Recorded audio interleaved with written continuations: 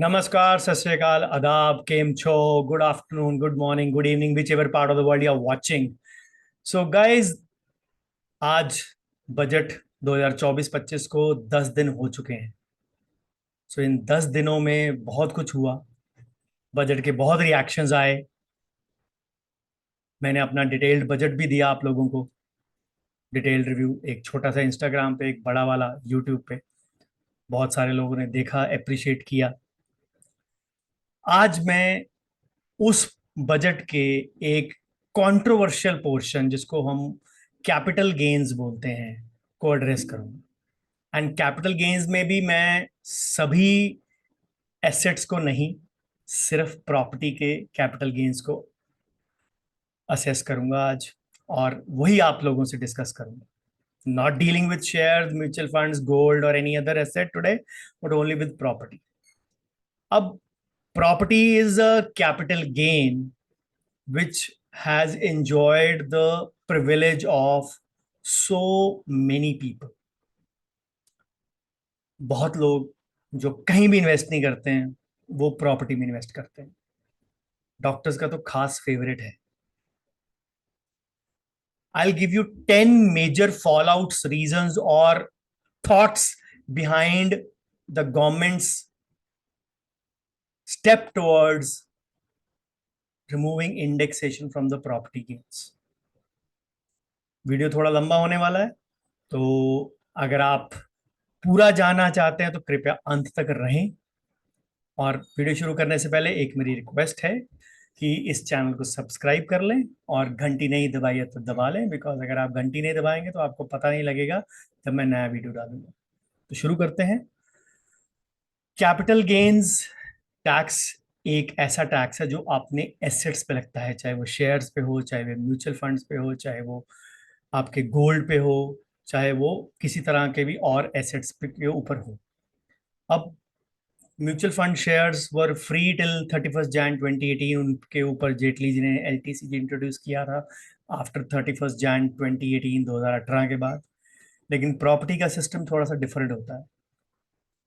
Property को short term और long term asset में गिनने के लिए म्यूचुअल फंड और एसेट की शेयर की तरह नहीं गिना जाता. म्यूचुअल फंड और शेयर्स को अगर आप 1 साल 12 महीने से ऊपर रख लें तो वो लॉन्ग टर्म गिना जाता है. लेकिन प्रॉपर्टी के लिए अगर आप उसको 3 साल या 36 महीने ऊपर रखें तो वो प्रॉपर्टी का long term capital gains tax गिना जाता है. Short term capital gain tax सब में ज्यादा है. अब आज की डेट में सब जगह से सबसे ज्यादा है, because it is usually related to your slab part. But since I am, you can say, discussing the long term capital gains, so I'll stick to that only. So there was a phenomenon which was known as an indexation, which was removed. शुरू से शुरू करता हूं. Long term capital gain in property was there for 3 years. 3 साल से पहले short term, 3 साल के ऊपर लॉन्ग टर्म.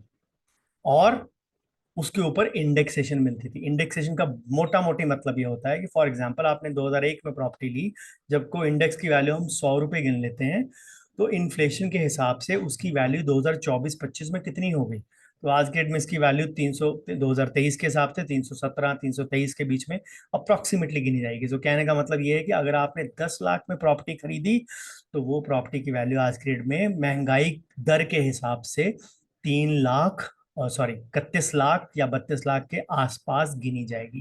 तो अगर आप उसको लेट सपोज 50 लाख में बेचते हैं तो आपके गेन्स 50 - 10 नहीं होंगे.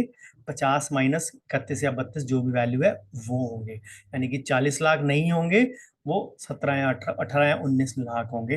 दिस इज मोटा मोटी indexation when we keep the महंगाई दर और द इन्फ्लेशन इनटू अकाउंट.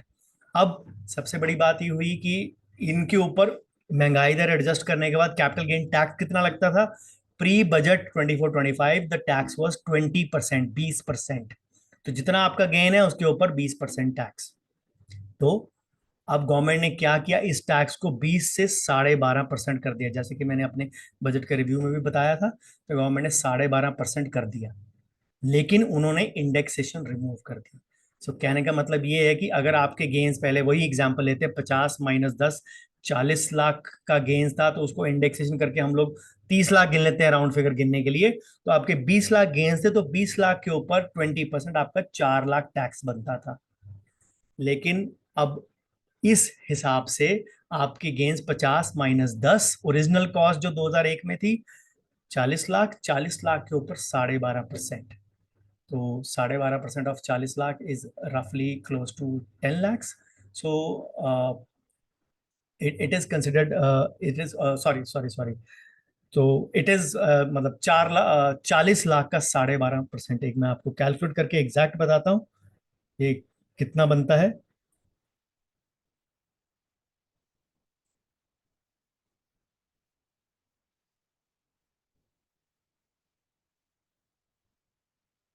तो ये तकरीबन 5 लाख के आसपास। सो रफली ये आपका पहले अगर टैक्स बनता था 4 लाख, तो अब बनेगा 5 लाख। सो ये मोटा मोटा कैलकुलेशन है in terms of indexation removed and indexation clear with that part. So अब जो चीज आई, जो चेंजेस हुए, let me brief you accordingly. So मैं आपको 10 फैक्टर्स बताऊंगा कि क्या रीजंस हैं, गवर्नमेंट के मन में क्या थॉट प्रोसेस रहा होगा, क्यों किया होगा, क्यों नहीं किया होगा। I will come to that also कि आपके लिए प्रॉफिटेबल है या नहीं है। सिंस अगर हम लोग कैपिटल गेन्स की बात करें तो it is not about the old tax regime and the new tax regime. Yes, इसमें भी ओल्ड टैक्स और न्यू टैक्स है, लेकिन प्रॉब्लम ये है कि you can't choose an old tax regime और a new tax regime like a normal taxation regime. इसमें आप पे के ऊपर ये new tax regime automatically default applicable है unless you have sold your properties in this financial year. पिछले financial की बात नहीं करूंगा क्योंकि पिछले फाइनेंशियल की आईटीआर हमने फाइल कर दी है, ऑडिट केसेस को छोड़ के 31 मार्च 2024 तक की रिटर्न हमने फाइल कर दी है ऑन ये बीती डेट 31 जुलाई को। और हम ये मान के चलते हैं कि उसके ऊपर जो आपके दिन है 1 अप्रैल से लेके 22 जुलाई तक जो आपने सेल किया, उस पे आपके, अगर आपने कोई प्रॉपर्टी बेची है उस पे ओल्ड टैक्स रिजीम के हिसाब से ही 20% इंडेक्सेशन वो टैक्स आपके ऊपर लगेगा। लेकिन अगर आपने 23 जुलाई या उसके बाद बेची है तो आपके ऊपर इंडेक्सेशन लागू नहीं होगी और आपको टैक्स 20 की बजाय 12.5% देना होगा। अब मैं आपको 10 ऐसे कारण बताऊंगा जो उनका थॉट प्रोसेस रहा होगा। नंबर 1 रीजन जो मैं समझता हूं, सबसे बड़ी बात यह है कि प्रॉपर्टी एक डॉक्टर्स का बहुत फेवरेट एसेट हुआ करता था, even for people who are, you can say, I wouldn't say daily wagers, you can say गोलगप्पे वाले, सब्जी वाले, फ्रूट वाले, पाव भाजी वाले या फास्ट फूड वाले, जो अनलिमिटेड इनकम है उनकी कई बार, और एक डिसेंट इनफ अमाउंट के बाद वो थोड़ा थोड़ा अपना छोटी छोटी प्रॉपर्टीज खरीदते रहते हैं, बिकॉज उनके लिए पीपीएफ, म्यूचुअल फंड, शेयर्स की ना नॉलेज है ना वैल्यू है। वो प्रॉपर्टी खरीदते हैं, प्रॉपर्टी बेचते हैं, ए में खरीद, बी में खरीदी, बी में बेची, तो उनका सिस्टम ऐसे है, थोड़ा सा अमाउंट उनका सर्कल रेट में आया, उस पे आया। अब सर्कल रेट पे क्या होता है, I discuss it in the end with the examples also. तो जो ऐसे लोग थे इंक्लूडिंग डॉक्टर्स जिनको इस चीज का शौक नहीं था, इन्वेस्टमेंट का शौक नहीं था, कोई एसेट्स में करने का, उनको चुपचाप था कि अपना 2 नंबर का पैसा या बी का पैसा एडजस्ट करना है, तो उनके लिए ये फेवरेट स्पॉट होता था। हमारे लिए as a finance teacher convince करना, it was difficult for me कि आप लोग इसमें डेट में इंस्ट्रूमेंट में इन्वेस्ट कीजिए, हाइब्रिड में कीजिए, इक्विटी में कीजिए। It was difficult for me to convince people, even for a sovereign gold bond की हेज में कीजिए, मुश्किल था। लोग या फिजिकल गोल्ड खरीदते थे, लोग या फिर प्रॉपर्टी खरीदते थे। अब उस चीज को करने के बावजूद लोग कहते हैं कि ये चीज बुरा हुआ अच्छा हुआ। मेरे 10 पॉइंट सुनने के बाद यू डिसाइड अच्छा हुआ बुरा हुआ। नंबर 1 रीजन कि ये इंडेक्सेशन के बाद मार्केट के पार पे ला दिया है टैक्सेशन के, टैक्सेशन वाले पॉइंट को। व्हाट आई मीन टू से इज कि पहले प्रॉपर्टीज पे टैक्स 20% था, लेकिन म्यूचुअल फंड पे 10% था या शेयर्स पे 10% था, तो वो चीज को अब इलिमिनेट कर दिया गया है। अब दोनों पे टैक्सेशन 12.5% है, लेकिन फिर भी market will be superior because market still has an indexation or a long term cutoff of 1.25 lakhs, जिसके ऊपर ही आपको टैक्स देना है अपने गेन्स के ऊपर। लेकिन प्रॉपर्टी में ऐसा कोई इंडेक्सेशन नहीं है unless your property is bought before 1 April 2001। Tiny properties, ancestral properties are still indexed. They will continue to carry that indexation benefit, but any property bought after 2001 does not enjoy that.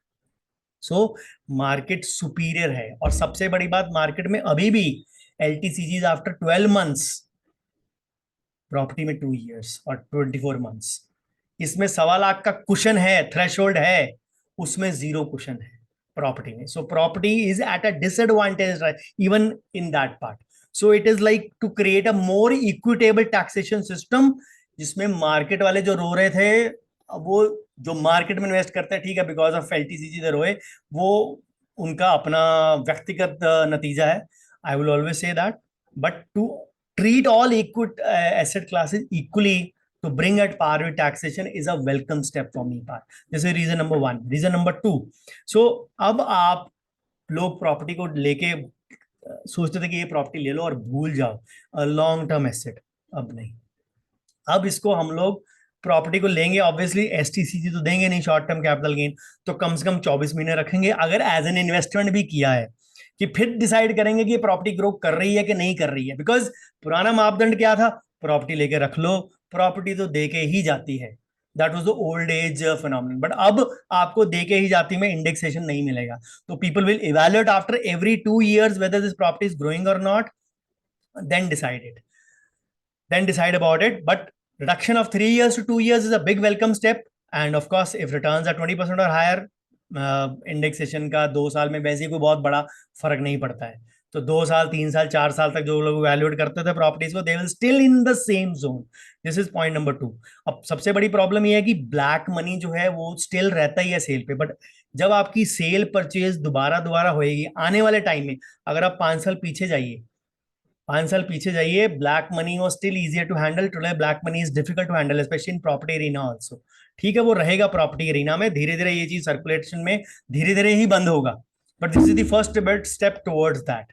But अगर आप बेच रहे हैं, खरीद रहे हैं black में, तो वो पिलफरेज का, स्टीलिंग का और बहुत चीजों का जो डर रहता है वो रहेगा। तो gradually the circle rates will also come into the play at that thought. और जो ब्लैक एट एवरी सेल होता है, हर 2 साल बाद जब प्रॉपर्टी सर्कुलेट होगी, तो black money definitely is going to come down, definitely in going to come down, because 2 साल बाद, 4 साल बाद, 6 साल बाद जब लोग ये रिसाइकल करेंगे पैसे को, उनको खुद को धीरे धीरे पता लग जाएगा कि भाई ये पिछली बारी कर लिया, अगली बारी ये ब्लैक मनी को ठिकाने लगाना बहुत मुश्किल है, इसलिए इसको व्हाइट में कन्वर्ट कर लो या उसको व्हाइट में ज्यादा ले लो।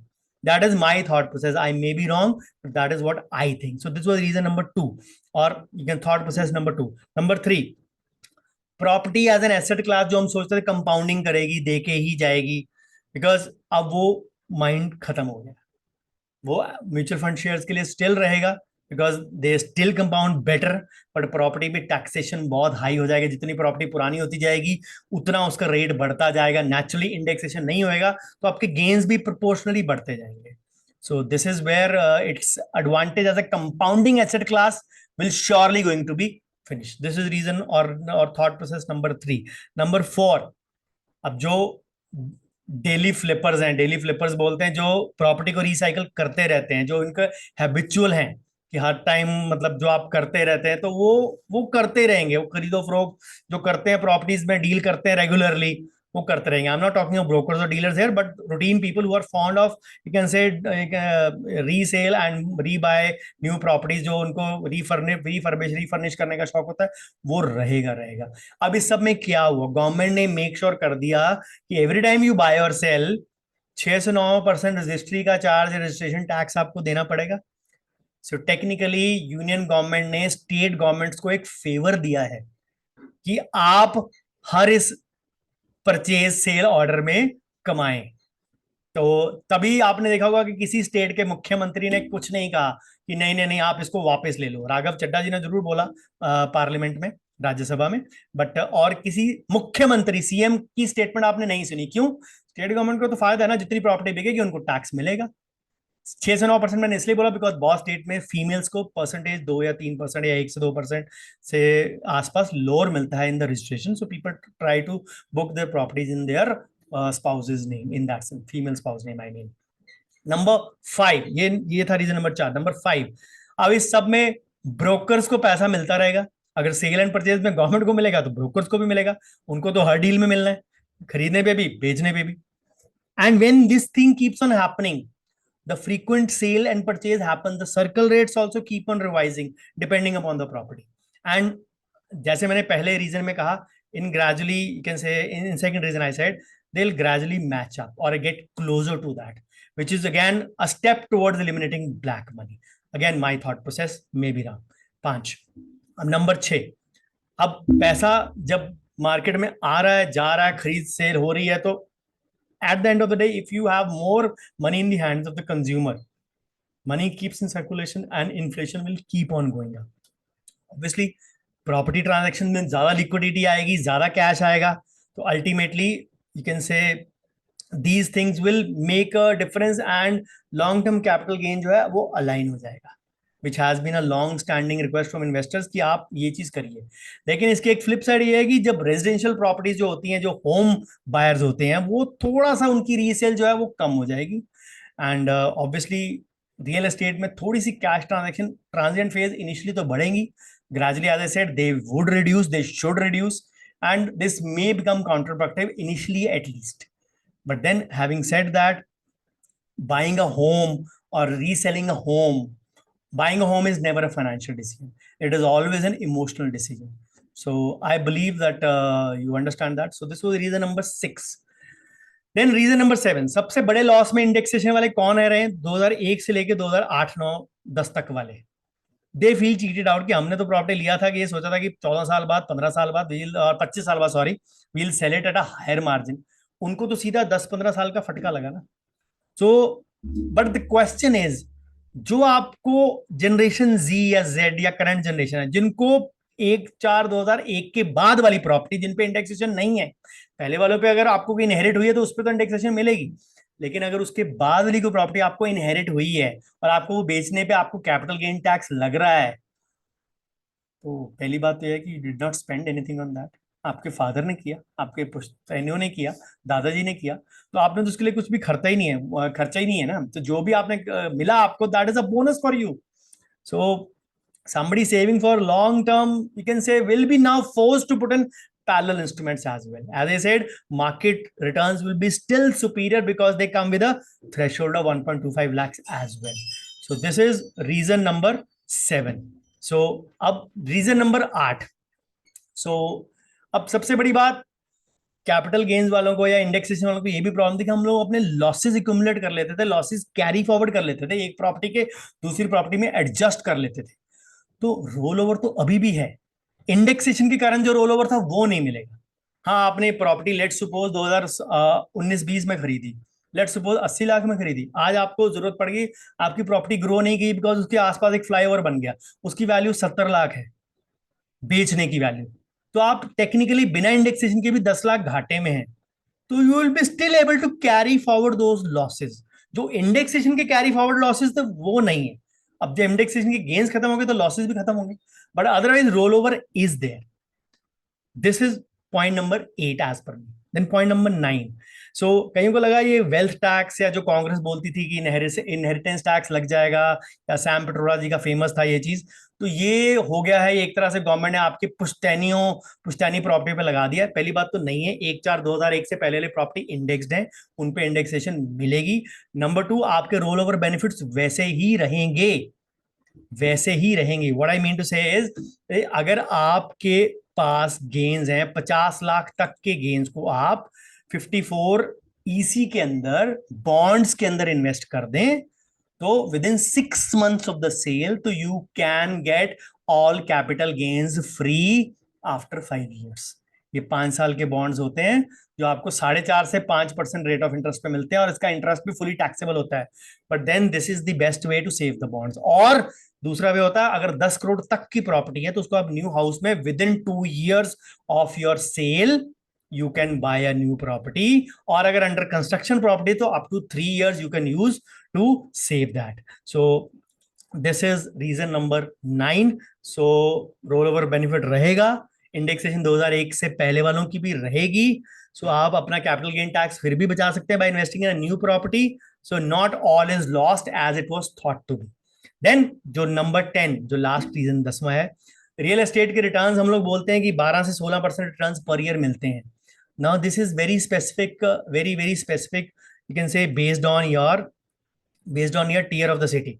Because I'll show you a slide. I'll show you an image which will clarify a few things for you. So this is the as per the RBI housing index. तो अगर आप metro में देखें तो metro में average return 6 से 9% मिलती है. छोटे शहरों में आप उसको बोल सकते हैं कि आपको रिटर्न शायद 12 से 16% मिल जाए, बट दैट इज अगेन, अगर आपकी इन्फ्लेशन प्रॉपर्टीज की 3 से 4% हायर है, तो अगर नेगेटिव इन्फ्लेशन एडजस्टेड रिटर्न है, तो आपका ब्रेक इवन पॉइंट क्या है, वो ब्रेक इवन पॉइंट पे भी मैं आता हूँ. सो ये मेरे हिसाब से 10 रीजंस हैं या 10 थॉट प्रोसेस है जो गवर्नमेंट के माइंड में रहे होंगे.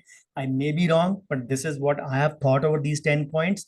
कि ये होल्डिंग पीरियड, अगर आपका बॉटम लाइन अगर मैं समराइज करूं, कि अगर आपका होल्डिंग पीरियड 5 साल से कम है और अगर आपकी प्रॉपर्टी 10% से ज्यादा अप्रिशिएट की है, तो आपको ये नया वाला रिजीम बेनिफिशियल रहेगा.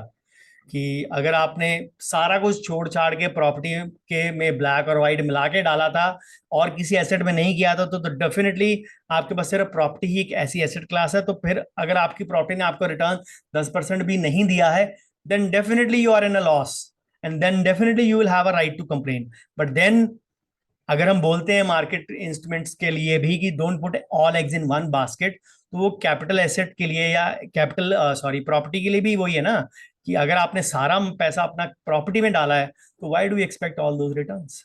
सो these are the 10 reasons for me. अब इसके लिए कॉमनली एक थॉट प्रोसेस होता है जो हम लोग बोलते हैं कि जैसे कल मुझे किसी ने क्वेरी पूछी ग्रुप में, तो आई वाज आंसरिंग दैट कि मैंने जैसे तकरीबन एक फ्लैट 2010 में 36 लाख का खरीदा, तो अब मैं आज इसको बेचना चाहता हूँ 1.5 करोड़ में. तो कितना टैक्स मेरे को देना पड़ेगा? 12.5%, 20%. सबसे बड़ी बात है कि अगर आप 23 जुलाई के बाद बेच रहे हैं, नेचुरली वी आर इन अगस्त, तो बजट के बाद ऑटोमेटिकली आपको 12.5% टैक्स मिलेगा विदाउट इंडेक्सेशन बेनिफिट. अब सबसे बड़ी बात ये होती है कि अगर आपने 36 लाख का खरीदा, 1.25 करोड़ 1.5 करोड़ जितने का भी आप बेचना चाहते हैं, आपको कैपिटल गेन कितना है? अब कैपिटल गेन हम इसमें ये नहीं लेते हैं कि आपको जो एक्चुअल मनी है, आपका ब्लैक तो फिर भी ब्लैक ही रहेगा ना. It is a very very you can say pitiful thing to say in that black तो फिर भी ब्लैक ही रहेगा. तो अगर आपका रजिस्ट्री वैल्यू 36 लाख है और अगर आपकी आज की रजिस्ट्री वैल्यू 70 लाख या 80 लाख है फॉर एग्जाम्पल, तो आपका 80 - 36 के हिसाब से गेन कैलकुलेट होगा और उसके ऊपर 12.5% लगेगा. जो ब्लैक है वो ब्लैक कंपोनेंट फिर भी रहेगा. अगर आपका फ्लैट की value is in the white part, if you are in metro, कि आपका ये पोर्शन सारा व्हाइट में है, तो फिर आपकी जो रजिस्ट्री की वैल्यू गिनी जाएगी minus the value of your registry at the time of buying. अगर 1.25 करोड़ ही है, 1.15 है, तो माइनस अगर 35-36 करोड़ है, तो रफली आपका 65 और 15 80 लाख के ऊपर gains. 80 lakh into 12.5%, which is roughly 10 lakhs. So that should be your capital gains for that. So what is the time period to buy your new house?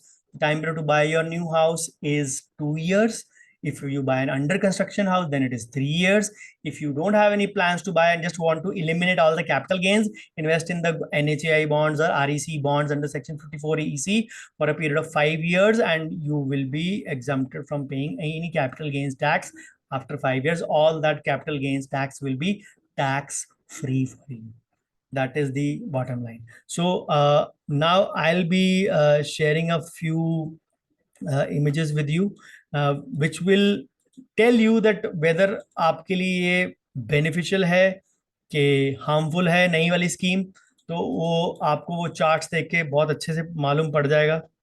Let me just give you कि अगर आपकी rate of return 5 साल में, अगर आपकी property 5 साल पुरानी है और अगर आपकी प्रॉपर्टी 10 साल पुरानी है और अगर आपकी प्रॉपर्टी 15 साल पुरानी है, I will give you all 3 scenarios for that. So let me share the screen.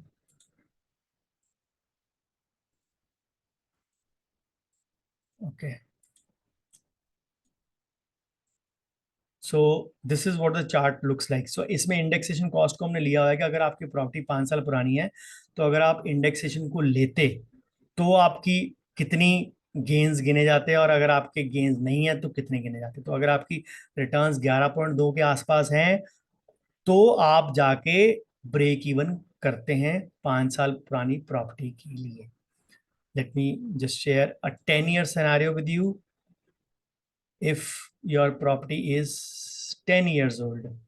So उसमें अगर आपके returns are up to 9.1%, giving you 9.1%, तो उसमें आपका ओल्ड और न्यू का बन जाता है. लेकिन अगर आपकी प्रॉपर्टी 9.1 से ज्यादा दे गई है, एप्रिशिएट ज्यादा कर गई है, तो ऑटोमेटिकली वो आप में आपको उसमें टैक्स ज्यादा देना पड़ेगा.